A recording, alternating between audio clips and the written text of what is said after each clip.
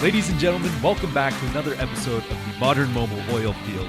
Now, I'm sure you're probably listening to this. Most people actually listen to these in podcast form, but I'd actually encourage you to go to the YouTube channel because we've got great visuals. Jeffrey and I, our beautiful faces are here. We have a great time, and if you looked at it before, I can understand why you haven't gone back, but it's gotten better. Set looks better, visuals are better. I like to think I've gotten a hand of the editing, so check that out. But as you know, this is a series to go with the Modern Mobile Oilfield sort of official book at this point, Jeffrey's book, Bits, Bytes, and Barrels. So, of course, we're getting into a lot of good information here, but everything you hear from Jeffrey in his book is going to be much, much more comprehensive than what we can talk about. So, I'm not going to keep him waiting anymore. Today, we've got our Oilfield tech man, Jeffrey Can. Jeffrey, welcome back to the show. Thanks so much, Tavis, for organizing another follow-up to the ideas in the book. Appreciate it. Of course, of course. So today, we're going to be talking about the topic of digital reality. Now, of course, I was very new to this idea. I've heard of augmented reality, virtual reality, but digital reality was an idea that was new to me, and I imagine it's probably new to a lot of the people listening. Can you break down what exactly it is? For sure. So the digital reality is the broader term, which encompasses things like augmented reality, virtual reality, and mixed reality. And the digital reality is the all-encompassing phrase used to describe this class of technology innovations. But this raises the sort of second-order question: well, what's the difference between augmented reality, mixed reality, and virtual reality? So the way we've all seen, if you've watched any television sports, you will have been exposed to augmented reality. And the best way to see this is at a football game or a baseball game or a basketball game. Doesn't matter where you're watching through the television set, you're watching something which is happening live. And there is data that is presented on top of your screen that you can visualize. And that data could be where the goal line is, or maybe where the names of the players, or maybe it's their most recent batting average might appear in a kind of a bubble above their head on your television set. That's called augmented reality, and that's where we're overlaying data on top of a view, a camera feed, if you like, of a real thing, something happening live.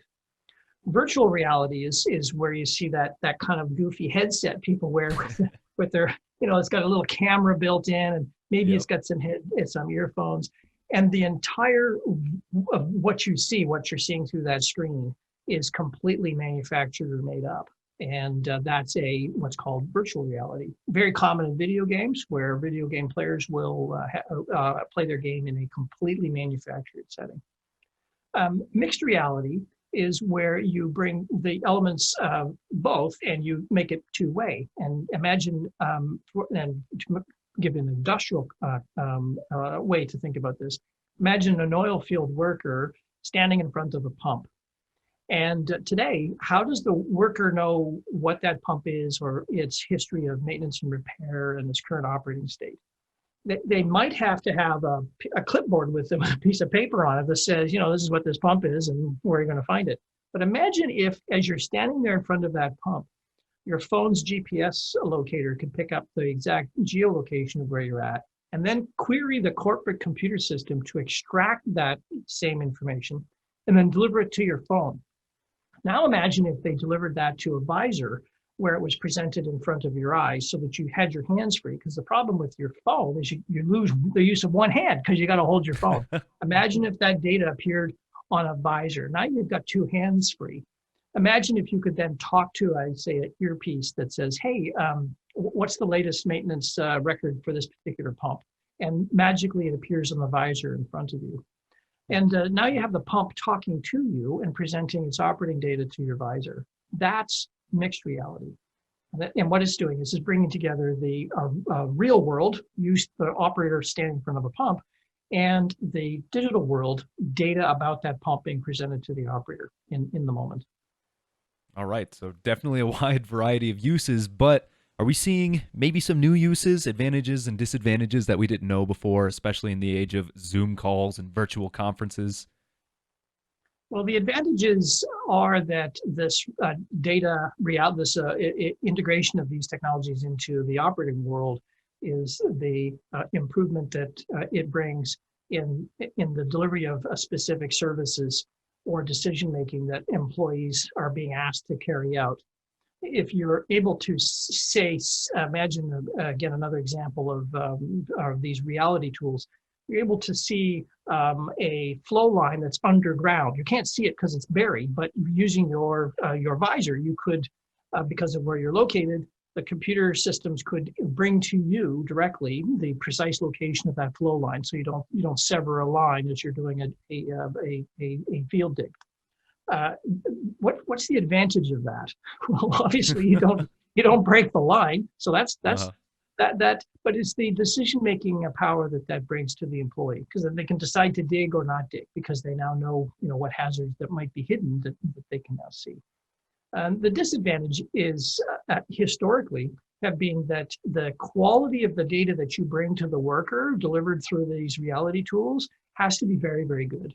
No point in saying to an employee at a dig site that the buried flow line or gathering line is here when in fact it's 3 feet to the left. Like, how has that helped anybody?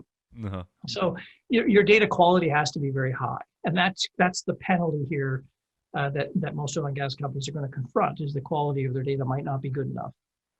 So between augmented reality, virtual reality, and the mixed reality we've discussed already, what is most used in the industry today? I mean, are we using those headsets that you mentioned, or is it a lot of subsurface visualization with the pipes? Well, the original use case for oil and gas would have absolutely been in the subsurface, and you can find photographs and videos of this online where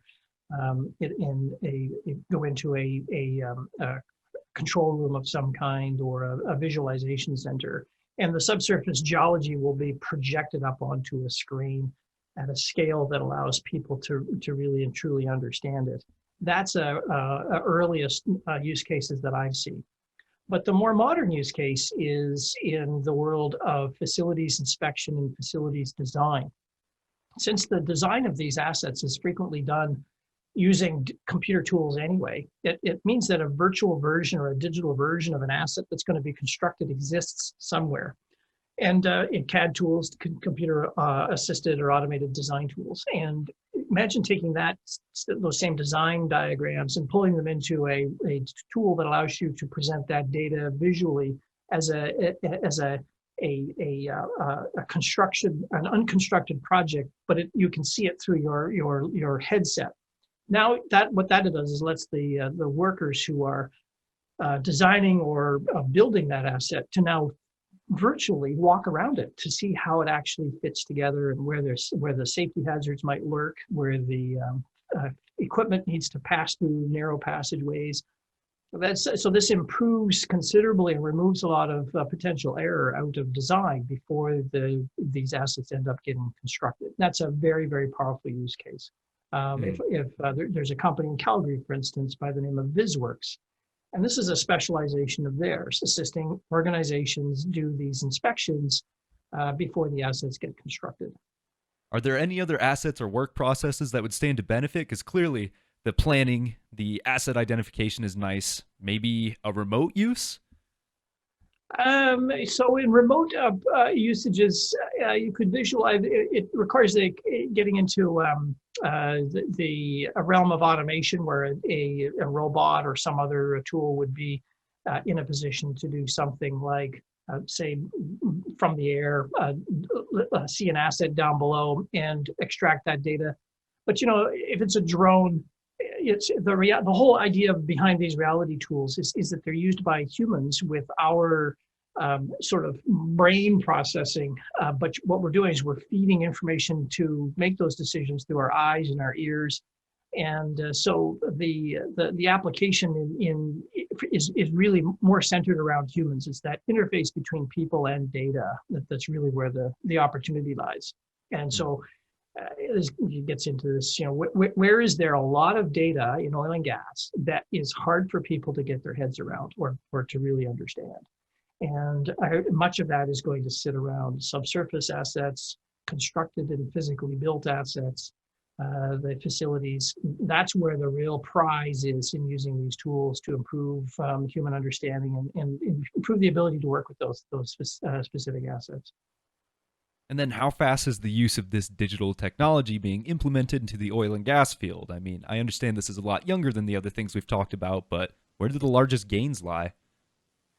Well, I first started to see the technology probably 4 years ago, showing up in trade shows where the engineering businesses were starting to realize the potential of this. But even back then, it was considered clunky and it was hard to understand where the use case was and didn't work particularly well. That situation is evolving very rapidly. This technology is changing very, very quickly. The money that's going into it is in the consumer space because us consumers, this looks very much like an extension to computer gaming, and so it's a computer consumer technology more than it is an industrial technology. But in the world of outside of oil and gas, the technology is in greater use. Automotive manufacturing is one area I know for certain where there's a higher use of this technology. In oil and gas, it does to date appear concentrated in asset construction and capital project planning, and but has potential well beyond those two areas. Mhm. Well, is there any way that we could pair this tech with other digital innovations to help, especially in the sense of exploration, even before production? Well, back to the example earlier of the using the technology to help visualize subsurface data, and the answer there is yes, that this would create a way to really visualize that subsurface asset information better. But again, that use case has been around for a very long time. Hmm. There's another tech company I know of that is it's taking high definition photographs of drilling cuttings as they come off onto the cutting table at a drill site, and uploading those photographs into the cloud, and then using AI to piece together very detailed models of the subsurface geology. You can imagine taking that, because it's an extraordinary amount of data, and turning it into a visualization experience for the engineers. It will alter and change how we think about subsurface exploration for sure. But even again, we're still early days in thinking about this technology in that fashion. I mean, definitely, it seems like early days. There's definitely potential in the exploration side, but what about production? When I think about it, I can't exactly piece together any examples where it might benefit, but really, I hope that I'm wrong.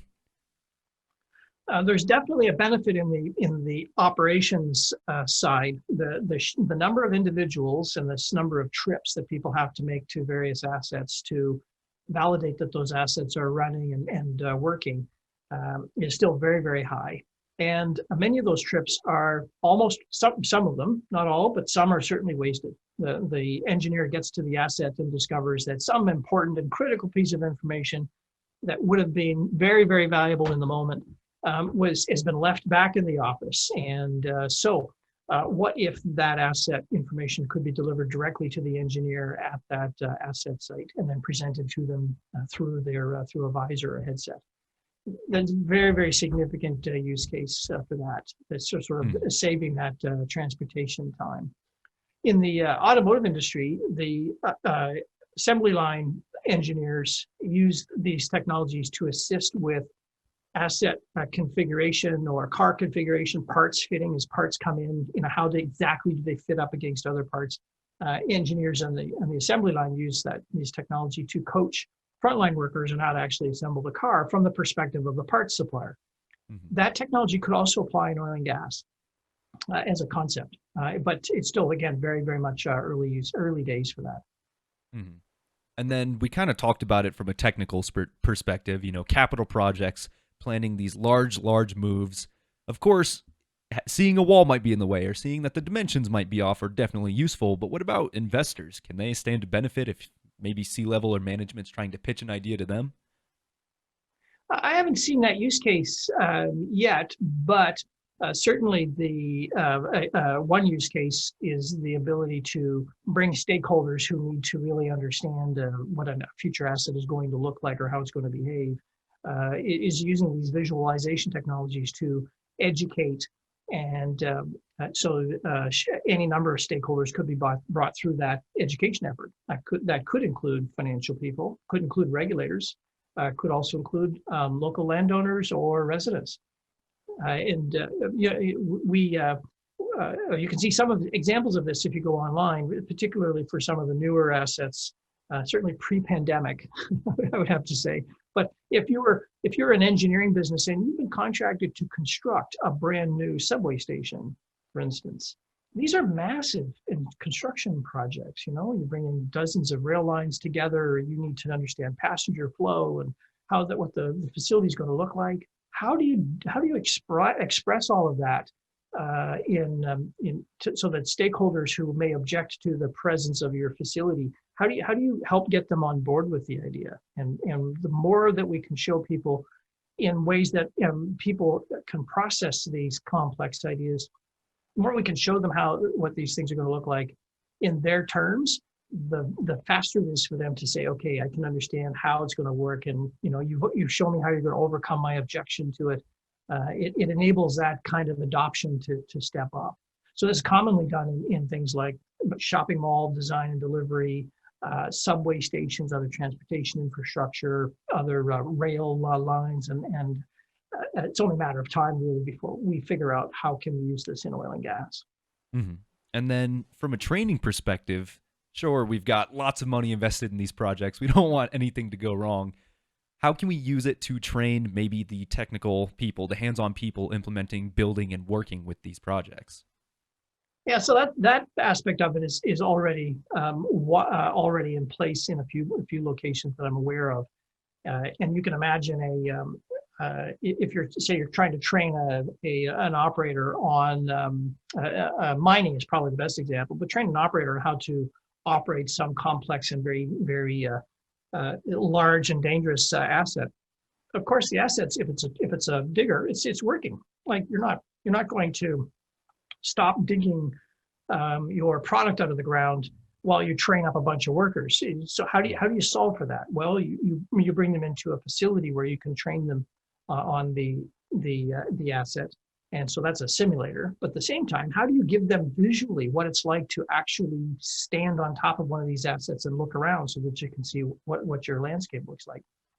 Use case for virtual reality, and sure enough, there's companies that are building these exact applications to help bring workers up to speed much faster than typical. Mm-hmm. And then once working on these projects, is there any efficiencies that are afforded using digital reality when scheduling, designing, or maybe identifying potential issues before they even have a chance to happen? Yeah, so a great example of this is in the health and safety arena. I'm aware of at least one instance where a gas plant or a large facility was presented to the engineering team through a virtualization environment, so that the asset itself appeared in the screen. You could walk around it. And within seconds, the health and safety professionals said, that's going to be a problem. You can't locate that particular structure in that fashion because it's dangerous, and this will fail on our inspection. So the amount of money and time that saved, just like that, more than paid for the use of that technology, because they couldn't have seen the issue until after the asset was built. Now you can have the health and safety officer during the reviews point out all of the issues that are about to, will end up getting constructed into the asset unless the designs are changed. The value of that is untold, particularly if you can avoid future accidents, incidents, and loss of life and other catastrophes. Definitely, and I like that you brought up the point of it more than pays for itself. But getting into the nitty gritty, how expensive is it? Because I imagine other technologies, you need network and power. With this, I see headsets, I see specialized software, I see specialized simulators. Is that expensive? It's not as expensive as it has been, and this is because, as with many things in digital, the costs associated with all of this digital technology has been coming down so rapidly. And so where it used to be that the headsets were clunky and heavy, those first generations have given way to much faster, easier, and simpler ways to work with digital realities. So the costs have been coming down dramatically. And as usual, people's perception of what these things can do is often framed by the ad you saw at Christmas time 2 years ago. Mm, you got to take a closer look because over time these things do get better, cheaper, faster, and are superior in many respects to earlier generations. Mhm. And then now we've talked about what it is, what you can do with it, who benefits. But I'd like to get into sort of the meat and potatoes of why we do these things. How do you Yeah. implement it? How does an oil and gas company even begin to start this? What areas desire the most attention when the idea pops up for the first time? Well, very often the frontline workers will have the best ideas as to where the opportunity lies. A oil company I'm aware of kicked off a number of small pilots to try and test out various use cases to see where the value was. One oil company I'm aware of and has a line strike every twice a month now, and consistently.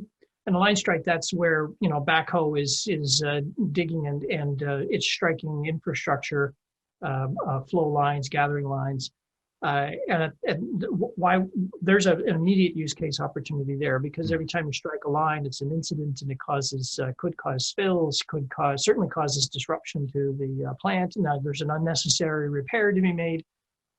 It might be a very, very compelling use case to figure out how do we bring that visualization information directly to the operators at field so that they don't strike that infrastructure.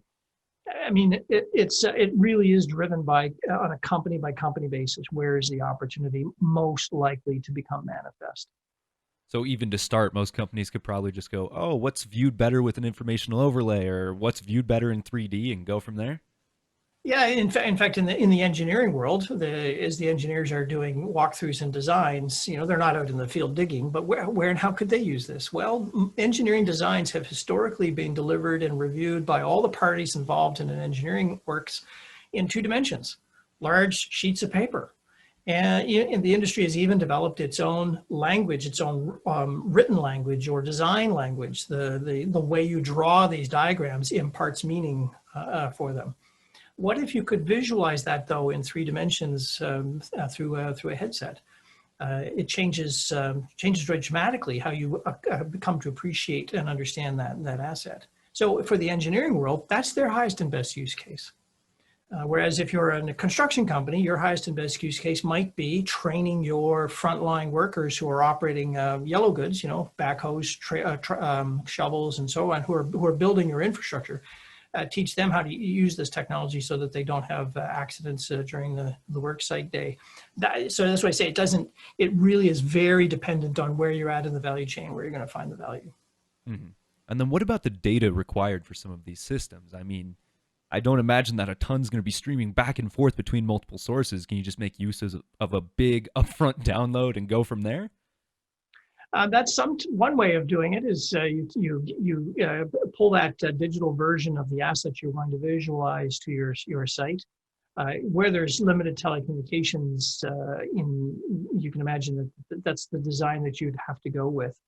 But again, back to it's a very situationally sensitive. If your problem you're trying to solve is improving the quality of engineering works before you get into construction, that effort might all take place in an office tower somewhere, or these days over Zoom, virtually.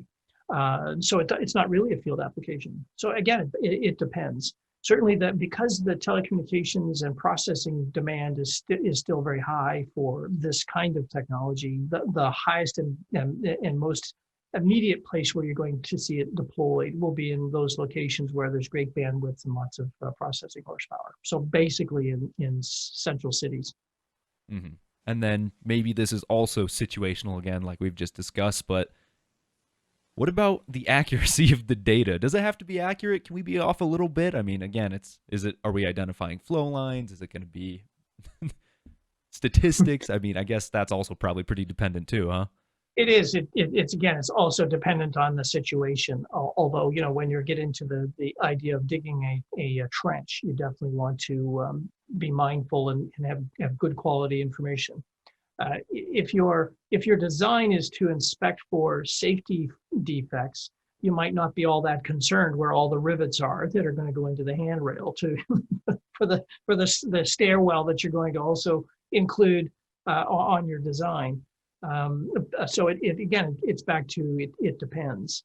I worked with a company in Australia whose job was to take the engineering design for, say, a facility, and they would translate that design into the instructions that would be fed to numerically controlled construction equipment, machines that cut the steel or the aluminum to build the stairs, the handrails, the vessels, the piping. And so at their level, they needed to know exactly where the rivets were going to go because of the calculations they were doing. We probably don't need that level of granularity for a safety design walkthrough, but that data might be available. So again, it depends on the application. What's the quality of the data that you need for the job that you need being done? One thing's for certain, though, is that this technology does depend on good quality data. And it's just a question of the granularity that I think is really the issue. Less granular is probably better because you don't have to not nearly as much processing that you have to do. Yeah, and then a lot of the technologies we've discussed in past episodes have been heavily network based and therefore pretty vulnerable to a lot of security breaches. Where does digital reality lie on that spectrum of locked up tight safe and Wild West? Wild West.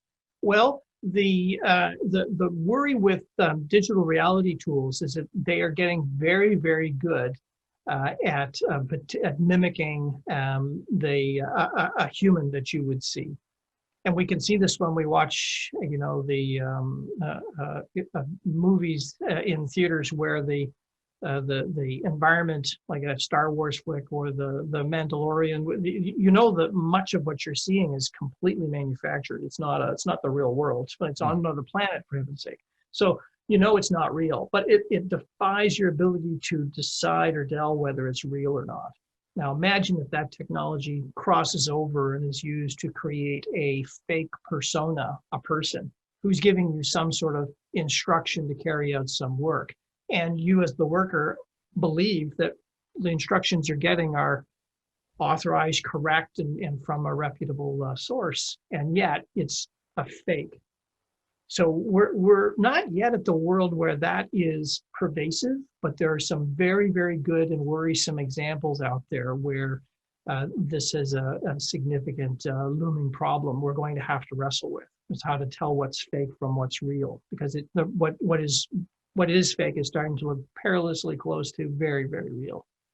And it's funny that you mentioned that because sometimes we don't even know when we're being fooled. I mean, for those of you watching this, Jeffrey, are you in the corner of your office right now? Is that a real office behind you? This is not a real office behind me. Well, it is a real office. The artwork is real, but this is not a real office. In fact, I'm going to jump immediately here over to my kitchen. This is, in fact, my kitchen. I'm not physically there, so no. You can't believe what's behind you all the time, or certainly what you see. No, this is actually a screen, but the quality is pretty good. Most people can't tell that it's it's a fake background. Definitely have to improve our literacy on identifying fake stuff, and maybe start with the less nefarious, like your background. But once digital reality has been implemented into an organization, can organizations become more adaptive in their decision-making, design, and scheduling for major projects that will impact the bottom line? I'm talking, you go to your manager, you say, I can save hundreds of thousands by using digital reality. Is that a situation that could occur? It could occur. I'm not seeing it yet as a pervasive drive in oil and gas, but there are other industries where that's absolutely the case.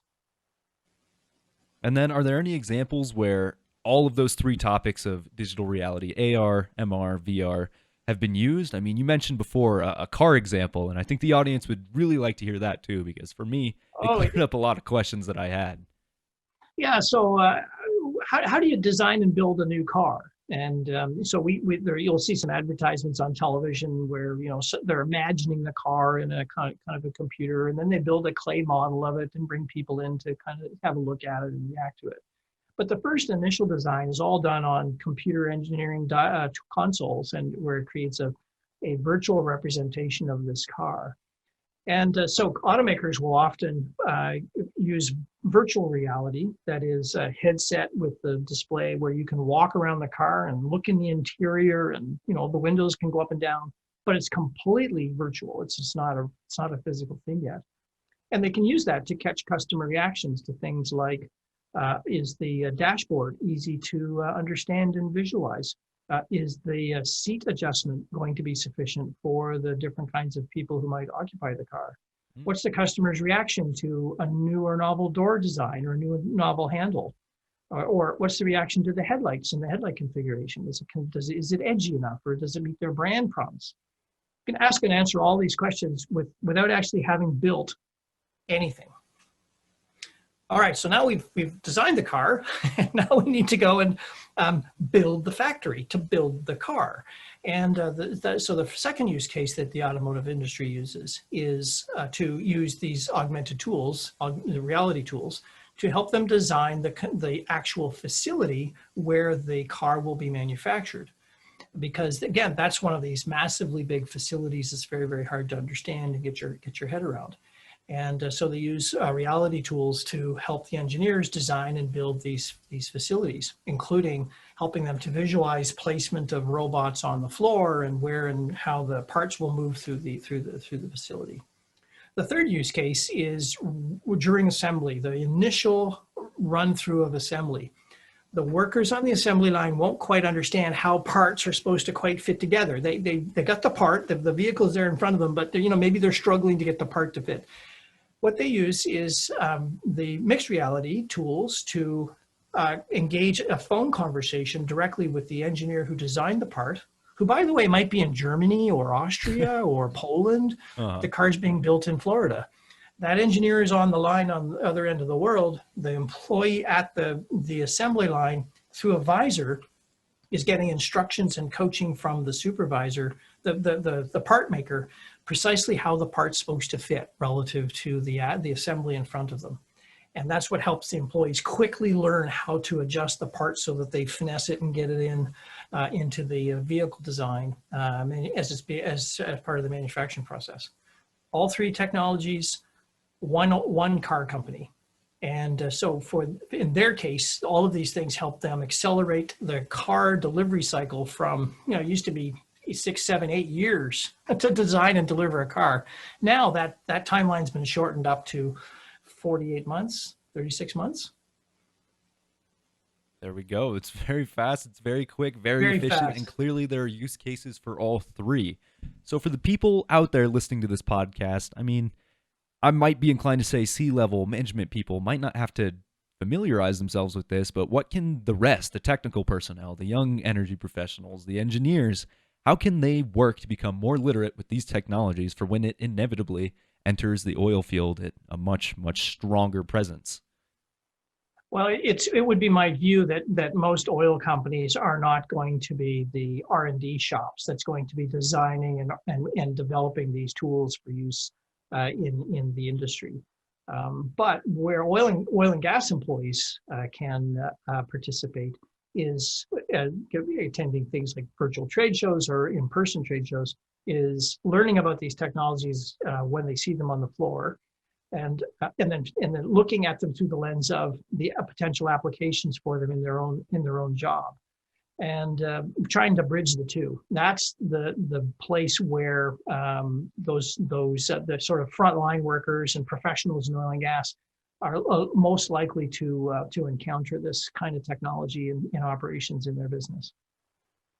And then I think that actually brings us to the end of the episode. I enjoyed them so much. I know the listeners do too. And if you're a little upset that this ended at this time and you want to hear more, well, then you know what to do. Buy yourself a copy of Bits, Bytes, and Barrels. That's really going to open the rest of this up for you. You can get it from Amazon for about $10. If you're like me, sometimes I like to cook. Sometimes I like to keep moving and I say, I don't have the time. Audible's there for you too. Use a credit, get the book, read through it. Really, there's no excuse to not know this stuff because Jeffrey's spelling it out. It's coming. It's up to us to be able to grab that, seize it, and learn how to use these tools. So you can go to Rare Petro to find the other podcasts that we've published on this. I'll be sure to include Jeffrey's websites, all of his resources, his personal day-long course that will actually really get you mastered in this area. And Jeffrey, do you have any other last words before we end the show? Certainly on digital reality, my perspective is that it has tremendous potential for the oil and gas industry, but underlying quality digital reality is quality data, and so we probably should do an episode just on this whole question of data and data quality, but the two go hand in hand. Definitely. Hey, maybe we'll do that up in the end, but you gotta make sure you're subscribed to both Rare Petro and Jeffrey Cann's content so you don't miss out. But again, thank you for joining us. It's always a pleasure, and until we see you next time, take care, everybody.